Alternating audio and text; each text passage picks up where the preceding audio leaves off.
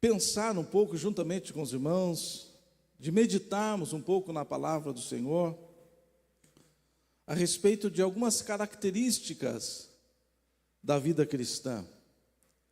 Muitas vezes a gente vai apenas seguindo, caminhando, muitas vezes sem entender um pouco o que é ser um cristão, o que é ser um crente, o que é ter uma vida cristã. Eu gostaria de, pelo menos, 2 ou 3 pontos aqui, a gente pensar um pouco a respeito disso. Eu gostaria de começar com uma pergunta: o que é ser cristão? Hoje está na moda muitas pessoas se dizendo cristãs, artistas, cantores, pessoas que a gente sabe que têm uma vida de pecado e não de santidade, que estão tentando carregar o título de cristão. Eu gostaria de saber se você sabe responder o que é ser cristão. Ser cristão é parecer com Cristo. Ser cristão é ter as características de Cristo.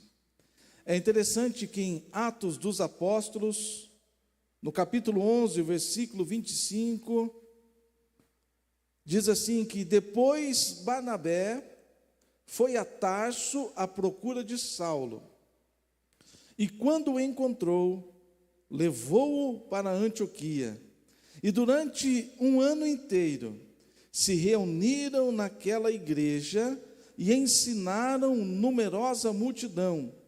Em Antioquia, os discípulos foram pela primeira vez chamados de cristãos.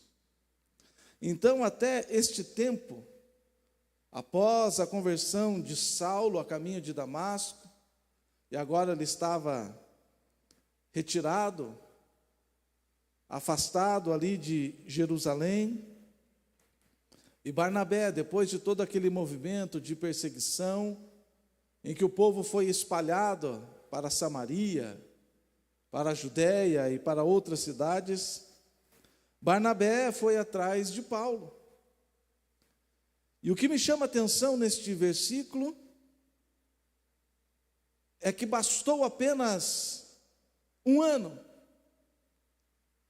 para que aqueles homens mudassem não apenas a história da cidade, não mudasse apenas a história deste novo reduto, deste novo povo sendo formado por Deus, mas que mudasse toda a história. 2000 anos depois, nós estamos sendo conhecidos como cristãos, porque estes homens, durante 1 ano, eles não apenas falaram com poder e autoridade, não apenas falaram a respeito do poder de Deus, não apenas mostraram o poder de Deus através de curas, milagres, sobre pessoas recebendo o batismo com o Espírito Santo, pessoas sendo transformadas, mas com o testemunho de vida,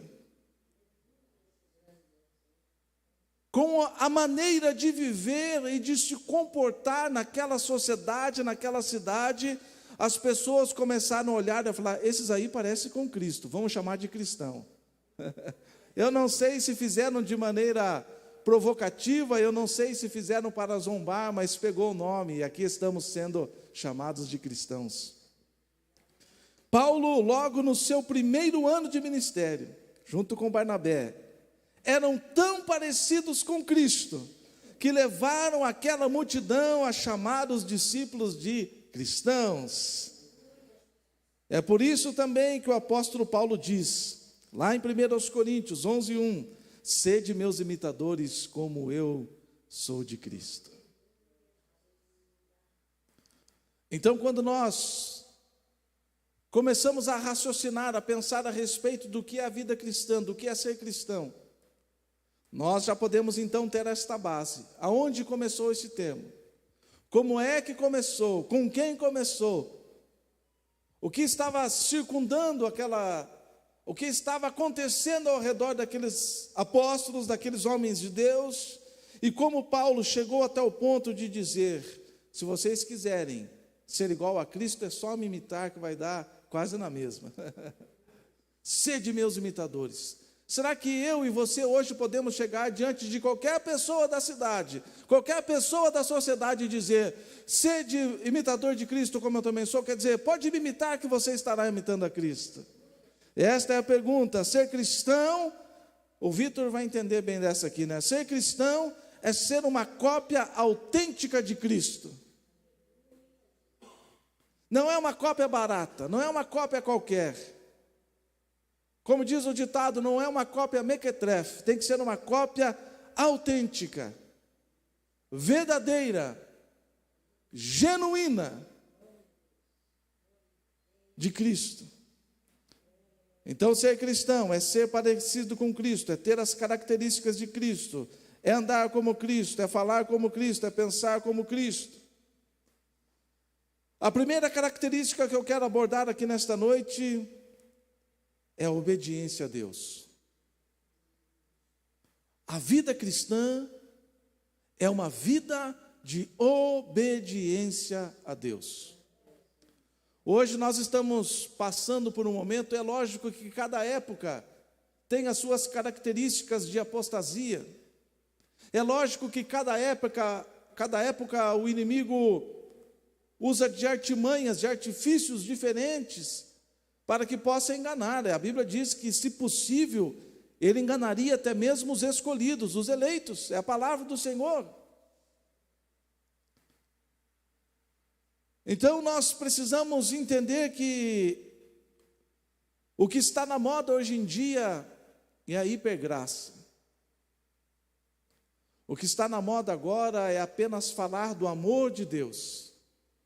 Deus é amor, Ele te ama desse jeito, faz o que você quer, ande do jeito que você quer, viva do jeito que você quer, tenha as práticas que você quer ter, faça do jeito que você quiser. Isto não é vida cristã. A pessoa pode falar que conhece a Cristo, que ama a Cristo, que é cristão, que é crente, que é evangélico, ou seja qual for a nomenclatura, mas se não tiver uma vida de obediência a Deus, não é o evangelho verdadeiro. Não é uma vida cristã verdadeira, porque a principal característica da vida cristã é a obediência a Deus. E se nós somos cópia autêntica de Jesus, se nós somos cópias legítimas, Jesus só fazia a vontade do Pai. Ele declara, e João escreveu isso no capítulo 6, versículo 38, Jesus dizendo: porque eu desci do céu, não para fazer a minha própria vontade, mas a vontade daquele que me enviou. Nós fomos enviados a este mundo, assim como Jesus, para cumprirmos um propósito. Qual era o propósito de Jesus? Vir, nascer, cumprir o seu ministério, cumprir a lei cabalmente, morrer, ressuscitar e estar assentado à direita, intercedendo por nós, à direita de Deus Pai.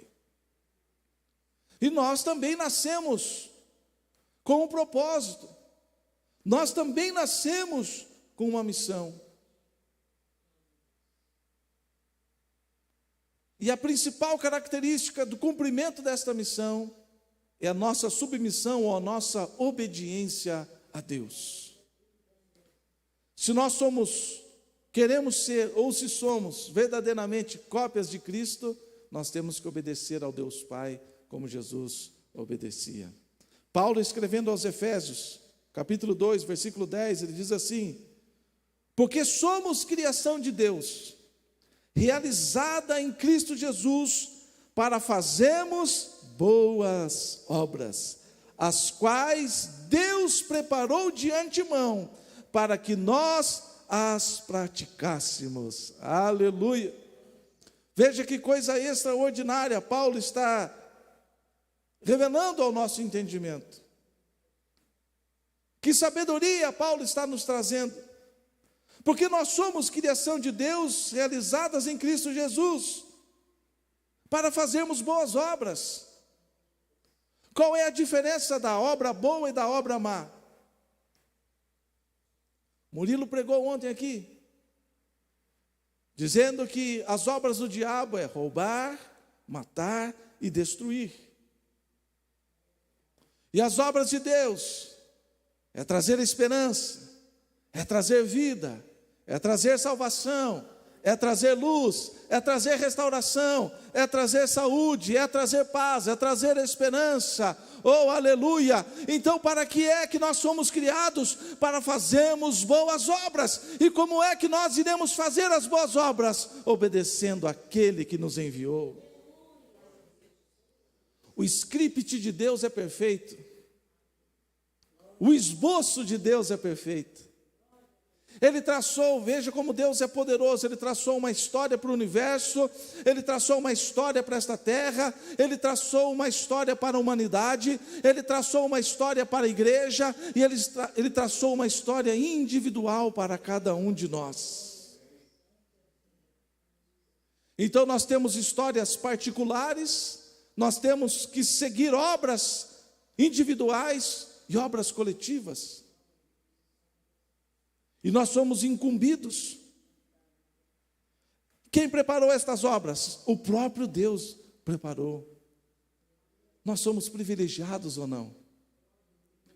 Os anjos, veja bem, os anjos que podem ver Deus face a face da maneira que nós não podemos ver. Os anjos que podem estar face a face diante do trono de glória, de poder, de autoridade, de santidade, de maneira que nós não podemos estar como nós estamos no dia de hoje. Os anjos que podem conviver a todo tempo na presença de Deus, eles falaram: deixa a gente descer e ir para a terra, nós queremos anunciar, nós queremos fazer as boas obras. E Deus falou: não, eu já separei um povo que irá fazer as boas obras que eu já preparei de antemão.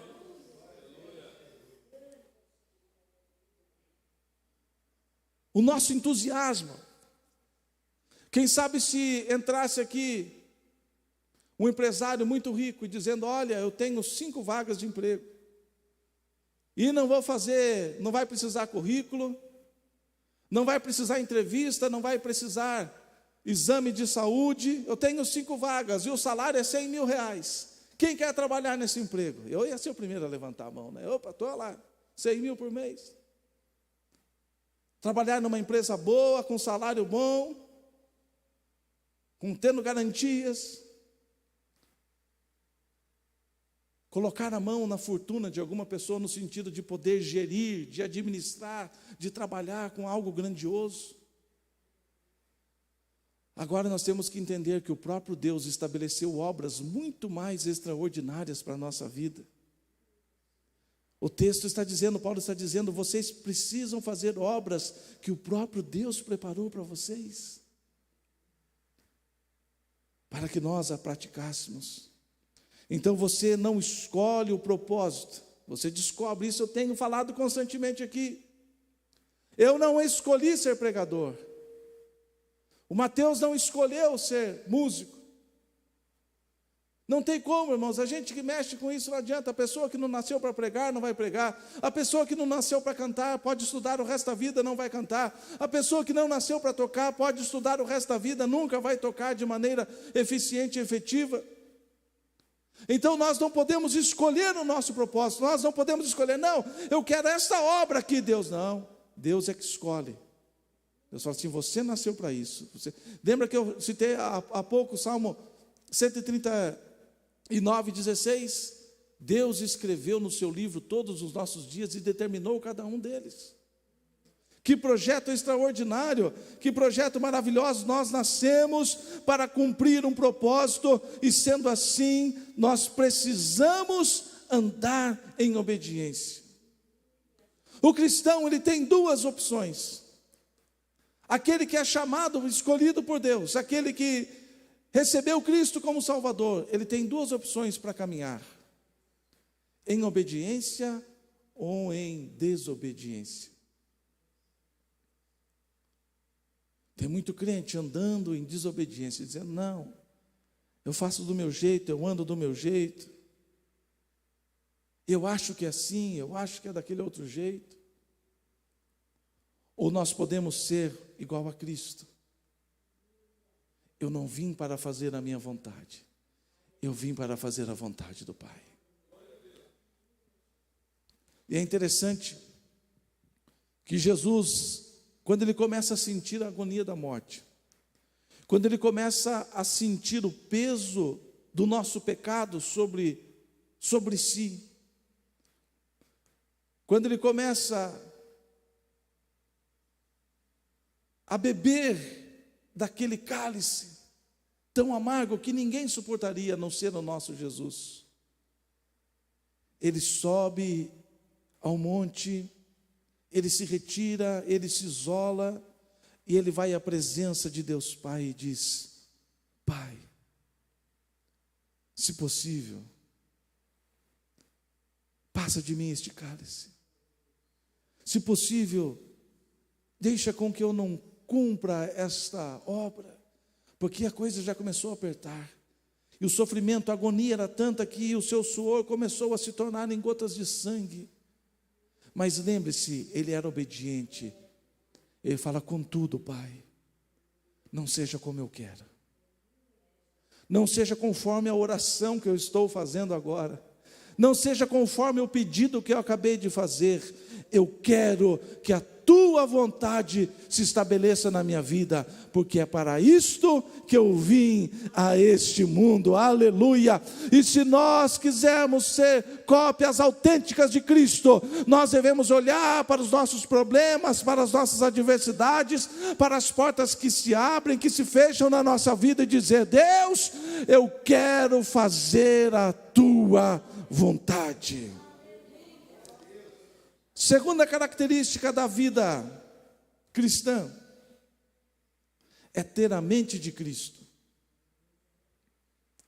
Quando você começa a pensar que é difícil a vida cristã, quando você começa a falar: para ser cristão tem que obedecer, agora ficou mais difícil.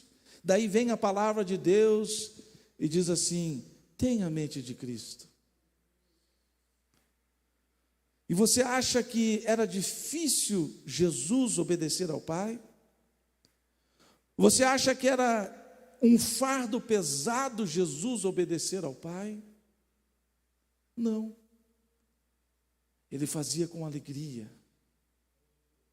É interessante que Jesus, ele, sabendo do pouco tempo que ele tinha no seu ministério, ele dedicava o máximo do seu tempo para cumprir a vontade do Pai. Quantas e quantas vezes a gente lê que Jesus passou a manhã toda pregando, curando os enfermos, quase não conseguiu comer porque as pessoas deveriam interromper o tempo todo dizendo: cura este, cura aquele, cura-me, eu preciso, me ajuda. Ele passava a tarde toda anunciando o reino, falando do cumprimento das promessas, falando da sua missão, curando os enfermos. Quando chegava o cair da tarde, ele despedia as multidões iam para suas casas dormir, e Jesus subia aos montes e orava a noite toda, orava a madrugada toda. Nem os discípulos muitas vezes aguentavam. Jesus voltava, eles estavam lá dormindo, porque não aguentavam o cansaço, mas Jesus estava ali, buscando cumprir a sua missão com excelência. Então, quando a gente olha para a história de Jesus, não era um fardo, não era um peso. Jesus estava dizendo: agora eu aceitei essa missão, puxa, por que eu fui fazer isso? Não, ele estava alegre. Pai, eu sei que tu sempre me ouves. Eu sei que sempre me responde. Aleluia, que coisa extraordinária. E nós precisamos ter a mente de Cristo. Mateus 17:5 diz assim: este é o meu filho amado, em quem me agrado.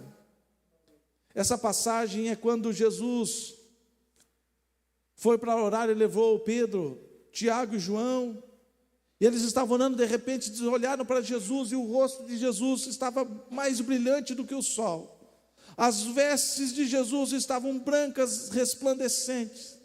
E eles olharam, de repente estava ali Moisés e Elias conversando com Jesus, e Pedro, do jeito que era impossível, ele já, eu quero interromper a conversa, está tão bom ficar aqui, está tão gostoso esse ambiente, eu quero fazer 3 tendas aqui, uma para Jesus, uma para Moisés, uma para Elias, para a gente ficar aqui. Eu não quero mais sair deste lugar, eu não quero mais sair deste ambiente, porque aqui está tão bom. E neste momento vem uma nuvem, cobre ali a Jesus, a Moisés, a Elias, e eles escutam uma voz, e é o texto que eu li: este é o meu filho amado, em quem eu me agrado.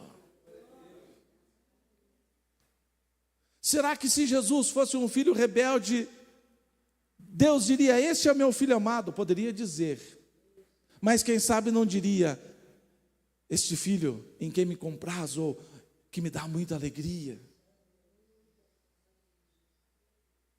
Deus falou ali para Pedro, Tiago e João: olha, este é o meu filho amado, eu me agrado dele, então ouçam o que ele está dizendo. Será que Deus olha dos céus para a nossa vida, ele pode dizer: este é meu filho amado, minha filha amada, que tem me dado alegria? Deus amava e se agradava de Jesus pela disposição em obedecer.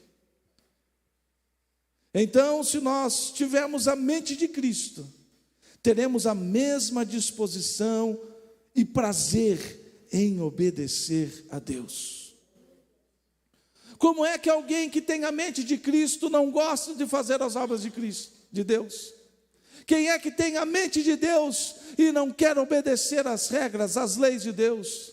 Quem é que tem a mente de Cristo que não concorda com aquilo que o Deus Pai está dizendo, pedindo ou exigindo? Paulo, escrevendo a sua primeira carta aos Coríntios 12:16, ele diz assim: nós, porém, temos a mente de Cristo. Se realmente eu tenho a mente de Cristo, eu preciso ter a mesma disposição que Cristo tinha em obedecer ao Pai. A mesma disposição em fazer com zelo, com dedicação, com afinco, a vontade do Pai. Jesus sempre fazia tudo com excelência. Ele fazia tudo com zelo, com ordem, com decência. Então, se nós temos a mente de Cristo, nós também precisamos entender que nós precisamos desenvolver esta mente, nós precisamos desenvolver este modo de pensar que Cristo tinha. E como é que nós desenvolvemos a mente de Cristo? Como é que nós aprimoramos este modo de pensar?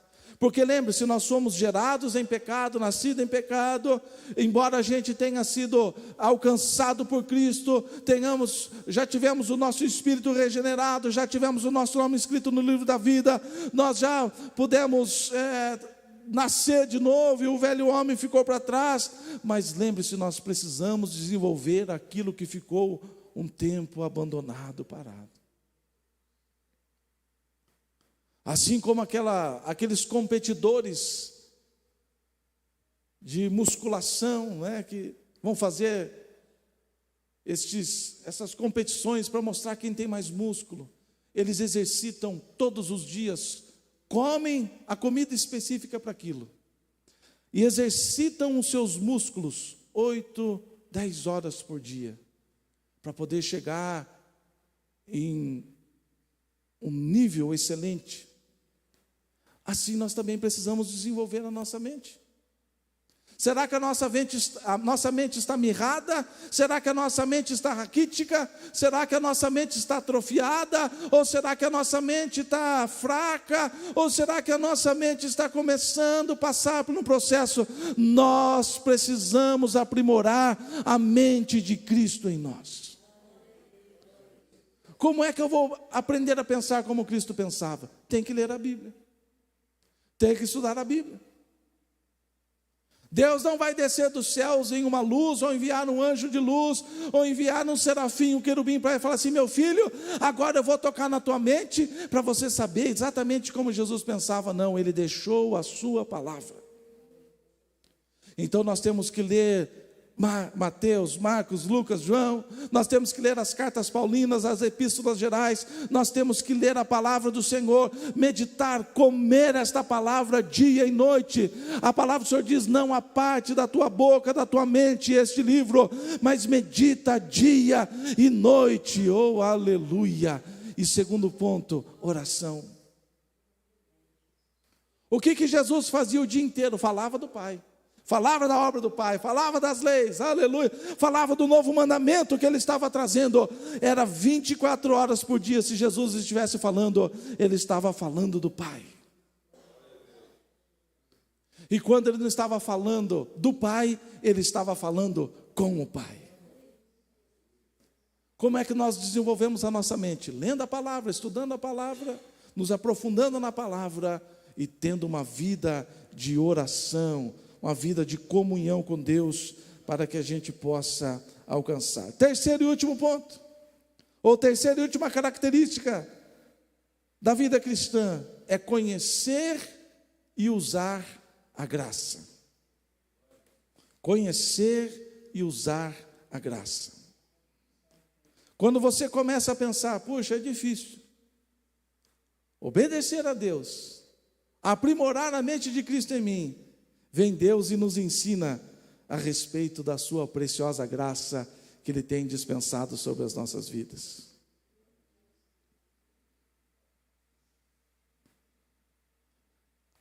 Três coisas importantes sobre a graça. Graça é um dom, graça é poder e graça é força. Efésios 3:7, Paulo diz assim: do qual foi constituído ministro conforme o dom da graça de Deus, a mim concedido, segundo a força operante do seu poder. Veja como Paulo é extraordinário. Paulo pega a graça e ele destrincha o conhecimento, ele expande o conhecimento sobre graça, dizendo: olha, eu fui constituído ministro conforme o dom da graça de Deus, concedida segundo a força operante do seu poder. Então nós entendemos que graça é dom, graça é poder e graça é força.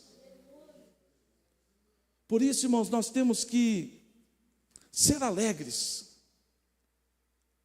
nós temos que ser crentes que andam regozijando, que andam felizes, não crentes cabisbaixos, tristes, aborrecidos, desesperançosos, porque o dom é dado gratuitamente.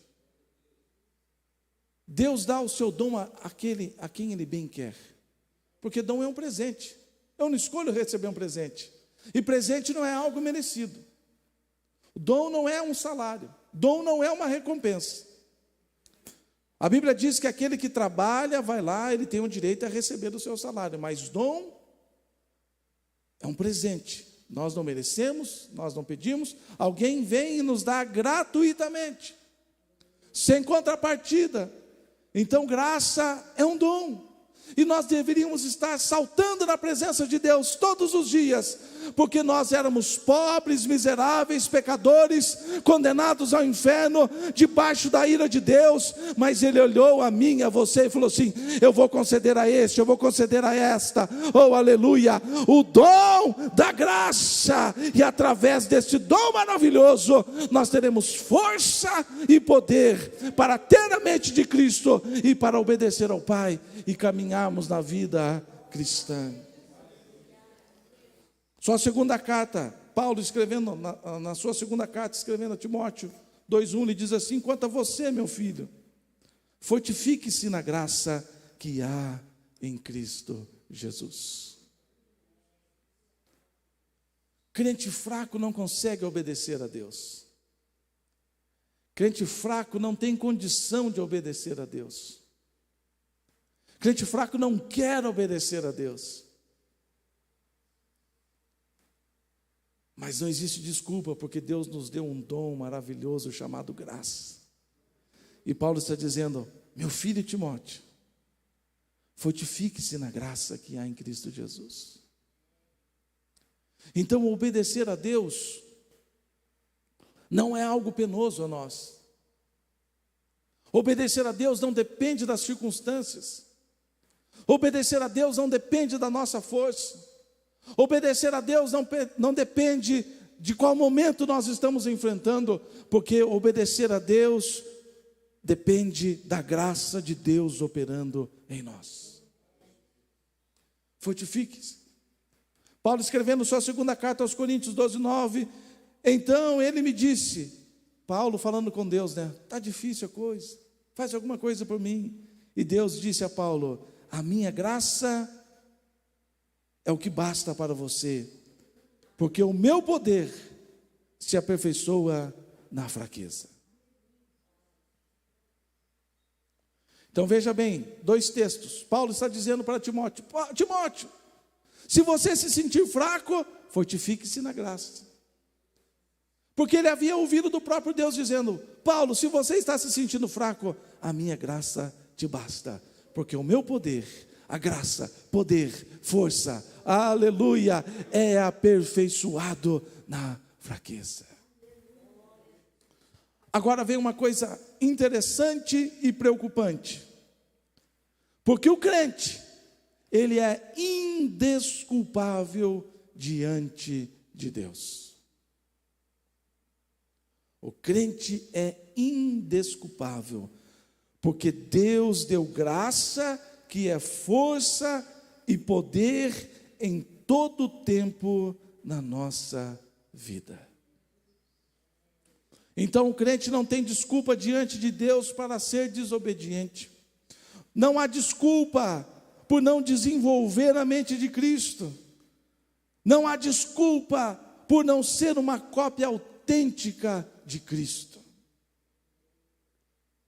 Muitos crentes se apropriam de maneira inadequada daquele texto que diz, a carne é fraca, mas o Espírito está pronto. Ah, pastor, a carne é fraca. Ah, eu estou tão fraco que eu não consigo obedecer. Ah, eu não sei, eu não tenho condição intelectual, física, emocional de ter a mente de Cristo. Ah, eu não consigo ser uma cópia autêntica, eu não consigo levar uma vida cristã de maneira correta. O crente é indesculpável diante de Deus. Porque Deus nos deu a mente de Cristo. Ele nos deu a graça. A graça não é apenas algo que acontece para a nossa salvação. Pela graça vocês são salvos. Pronto, a graça veio, passou. Não, a graça é um poder que atua constantemente na nossa vida. Graça é poder e força. Então, se você está fraco, a graça está liberada na sua vida para que você se fortaleça na graça. Se a batalha é grande, se o gigante é grande na sua vida, você não tem desculpa para esmorecer, para fugir, para se enfraquecer, porque a graça é um poder operante na sua vida, é o poder de Deus para fazer você vencer qualquer batalha. Lembre-se, nós somos alistados para o exército de Deus.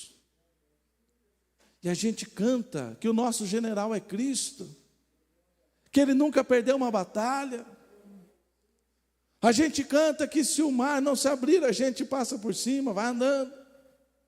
A gente canta tanta coisa. A gente ouve tantas pregações. E você acha que Deus iria escolher a mim e a você, e permitir que eu e você viéssemos a sucumbir diante das adversidades da vida? Vocês acham que Deus escolheu Davi para ele morrer estraçalhado pelo um leão? Vocês acham que Deus escolheu Davi para ele morrer estraçalhado pelo urso? Vocês acham que Deus havia escolhido Davi para ele morrer diante do gigante Golias? O sábio do Saul falou assim: eu vou matar esse tal de Davi. Ele está achando o quê? Davi quer casar com a minha filha, vai lá e mata 100 soldados para mim. Davi foi tranquilão, foi lá e matou 200. É assim que Deus nos escolheu também. A gente olha para as histórias bíblicas e fala: oh, como Davi era poderoso, como Daniel era poderoso, Sadraque, Mesaque e Abednego, como Pedro era poderoso, como Paulo era poderoso. Mas esse poder está ao nosso alcance também. O mesmo Espírito que estava sobre eles, a mesma graça que estava sobre eles, a mesma força que estava sobre eles, o mesmo poder que estava sobre eles, a mesma promessa que estava sobre eles, o mesmo Deus que guardava, que protegia, que livrava, é o mesmo Deus que está operando nas nossas vidas nos dias de hoje. Nós não iremos sucumbir na nossa caminhada cristã. Deus não chamou a mim, Deus não chamou a você para nós servirmos de escárnio da vida cristã, dizendo: oh, aquele lá era crente ontem, era cristão, hoje não é mais. Deus não nos chamou para isso. Deus nos chamou para influenciar este mundo. Deus nos chamou para ser sal, Deus nos chamou para ser luz. Deus nos chamou para andar por aí, as pessoas olhar e dizer: eu quero ser como Ele é, eu quero ter o que Ele tem, eu quero viver o que Ele vive, eu quero ter o mesmo Deus que Ele tem, eu quero ter a mesma graça, a mesma força, o mesmo poder, o mesmo Espírito, eu quero andar em obediência como aquele tem andado, porque eu vejo que Deus é com ele.